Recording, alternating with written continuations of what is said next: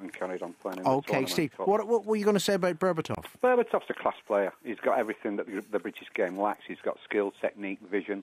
He's moaned that he doesn't run around enough, and he looks tired. He always looks like that. Alan, I saw him. I'm a professional like you.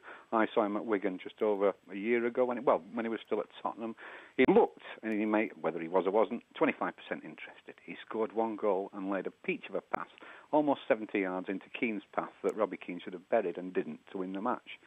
He's a class player. He's got this languid style that makes people think he's uninterested. Yeah. And I, like you, Steve, I've been defending Berbatov. Generally defending Berbatov against the United colours of the programme. We say, he's a waste of space. But I make an exception for the Leeds Cup tie because he really got to me. I'm a neutral watching the game, and I thought, no, you're not putting it in, son. Well, that's one environment where he wouldn't, would he? In the FA Cup tie, that is one where I will hold my hands up at the moment. We'll still have the fit lads running up and down in the FA Cup because that's what that's all about. But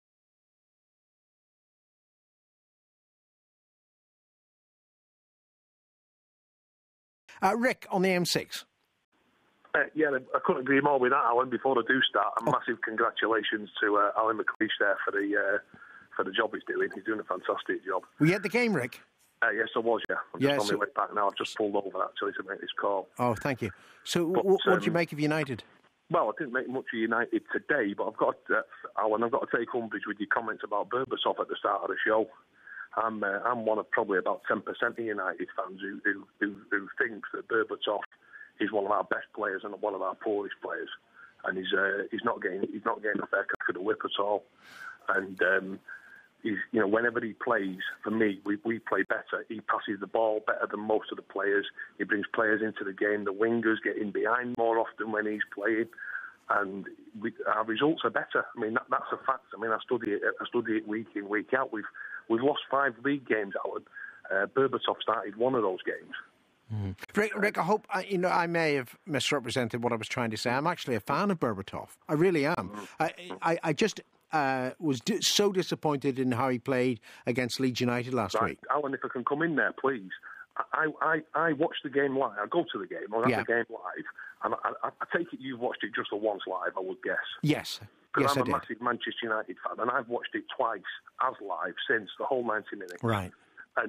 And even in that game, I think he played well.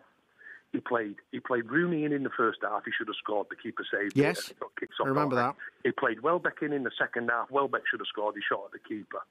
He played Owen through the middle. Owen had a chance, maybe got tripped on the edge of the box. He played Valencia in. Valencia squared it to Rooney. Rooney should have scored. He blazed it over the bar. He played a brilliant pass through the inside left channel that got Fabio to the dead ball line, and he should have put a better cross. He's pulling strings, Alan. I've watched that game live. I've watched it twice since, and he's more involved in the game than any other player. I include Rooney. He's more involved in his own half. I'll challenge you to actually watch that game again and study it carefully.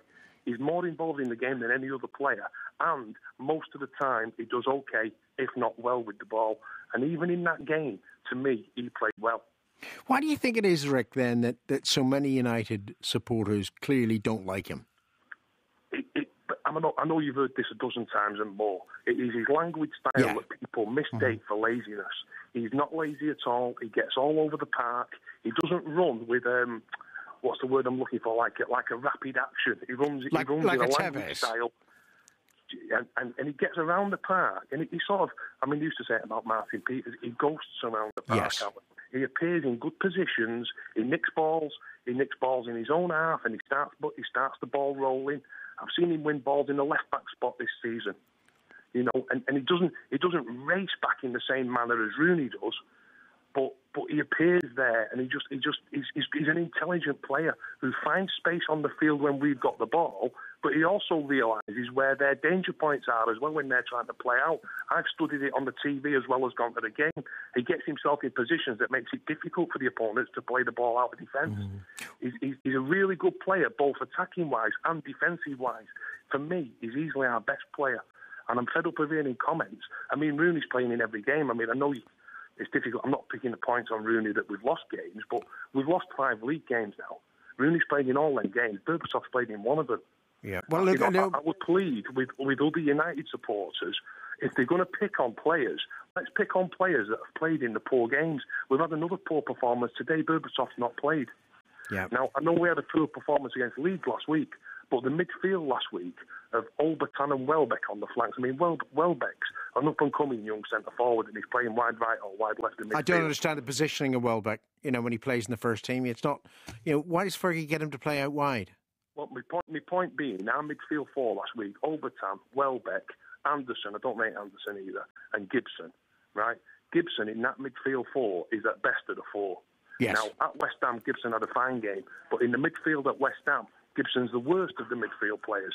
Now, when Gibson's your worst player in your midfield, then you've got a good midfield out.